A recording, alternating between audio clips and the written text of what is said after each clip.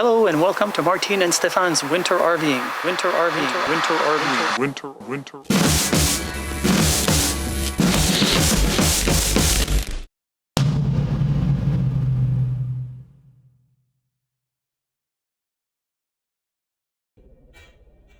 Well.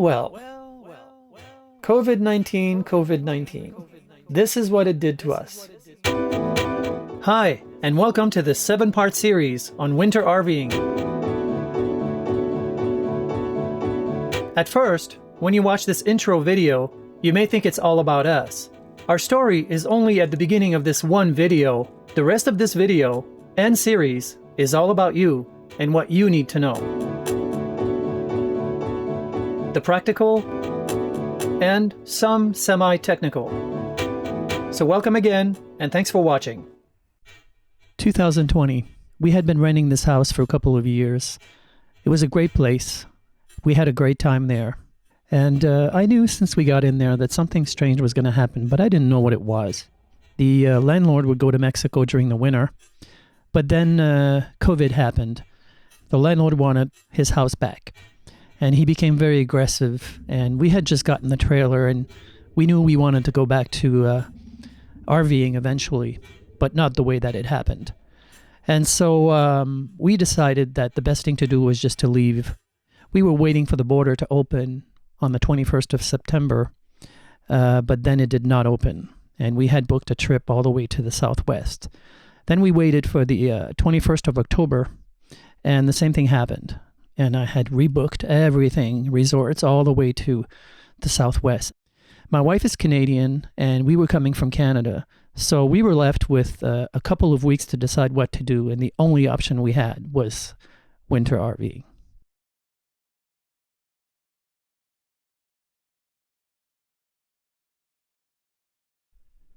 The first thing we did when we got there, we opened our slide for the first time. This was a new trailer to us. We couldn't believe how big it was. Then we had pizza from the night before, and we did not wait too long to turn on the lights outside just to be more joyful. And our very first supper was the all-time winner spaghetti. We had a great dinner. Then afterwards, I was happy to see my wife while she was doing dishes. She seemed so happy. This was a good sign. And then the next day we went for a walk and we saw this butterfly. I'm not sure why. And then we got the new truck and we parked into a new spot. And then we did the best we could to enjoy the weather. Fire pits and that kind of thing. You can also see both trucks right there. And then one night we partied and had a great time listening to my music. We just had fun. However, looking out the window one night, the full moon, we knew what was coming. We told ourselves that by Valentine's we would know if we made it. I think it's the first time that it's been. So that's how it started for us, winter RVing. Like I said, the rest of this video and series is all about you and what you need to know. In fact, I've created two lists that you absolutely have to look at, that you have to implement. You have to do these things before you go out and do winter RVing. So let's take a look at them right now. The first list is called Before You Winter RV. These are questions that you need to ask yourselves. And the first question is, are there any other options? Do we really need to do this? And almost the same question is this really what we want? You don't want to do this just for a challenge. I mean, if you go skiing for a couple of weeks, that's cute, but that's not what this is about. The other question is, are we strong enough physically and mentally to go through this for an entire winter? And by the way, do watch related YouTube videos. It's really important. Now let's compare the pluses and minuses.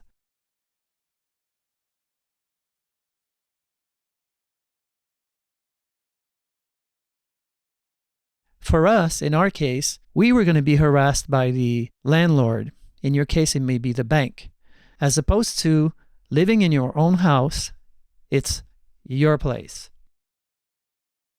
The next thing is the rent or the mortgage, maybe in your case, is very expensive. You're just throwing money out the window. As opposed to winter RVing is really extreme, but you will save money. In our case, we saved about $5,000. Money for the next trip. The other thing is being in a house, you're stuck there. You know, it's always the same thing. When you live in a trailer or an RV, you can go anywhere, anytime, especially after this winter RVing ordeal. Also, being motionless, staying in the same place is, to us, kind of depressing. Versus things happen in motion. Motion more is stimulating. And then being in a house, eventually you're going to have to move to another house. So you have to move all of your stuff. And as you get older, this gets tiring. As opposed to your stuff stays in your rig always. So that's a great advantage. Having a house is heavy-duty maintenance. You have big things to do, much snow, the roof, etc. With a trailer or an RV, you have just as much stuff to do, but it's much easier. And staying in the same house, the same town, you always see the same people. There are benefits to that. There's a stability there. But I think we prefer seeing new people, meeting new people. It's more refreshing. And finally, it is imperative to talk extensively to your partner about these questions. Or don't think and go for it. Now, check marks. Make sure that you address these questions. So, if every item on this list you're willing to do and are going to do, and if you're still sure that you want to do winter RVing, then you're ready for the next list. Let's take a look at it. The next list is called Before You Winter RV, Do's. These are things that you have to do before you move into your new winter RVing life. Do spend time as much as possible researching everything you can by attempting to ask all the right questions related to your situation. And the way you do this is you identify your needs. Basically, what do you need, why you need it, where are you going to use it, when do you need it, and who are you going to buy it from, what store, and how are you going to use it. Read the manuals. And once again, do watch related YouTube videos. It's very important. Now, I put on this list some things that are not related to YouTube that you may not have thought about. For example, the place you're going to, is it booked? Is it secured? Are you going to a friend's driveway? Make sure that everything is ready. Next is, how are you going to get there? In our case, we hired a professional service, even though we could tow ourselves there, just to be sure we would make it there. These guys can call a dispatcher and get another guy on the way.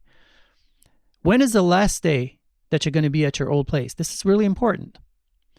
Also, check the stores where you're going, where you're going to do your groceries and get your propane. Okay, that's important. Once you get there, do you have access to the internet? You need to be ready for that ahead of time. Now, trivial maybe, but did you visualize your new life? It does help. And by the way, it's okay to be scared about what's about to happen. It's normal, okay? Finally, an important detail is time is in your hands. You don't have time to watch TV shows or sit around and just enjoy life before you get ready for something big like that. You need to do everything you can right now. Once again, it's imperative daily to discuss with your partner all these things that you're learning and planning to do. And again, check marks. So there they are. 2 lists. Imperative. Things that you must do before you go out and do winter RVing. By the way, you can download these right here in the description or on NomadWOW.com. The last thing I want to say, and something that I will repeat in this series, we do not claim to be gurus or know-it-all or professionals with RVing. However, after 4 trailers, 10 years of RVing, and spending an entire winter in freezing temperatures, I think we qualify to be talking RVing to you. So thanks for watching, and I'll see you in the other videos.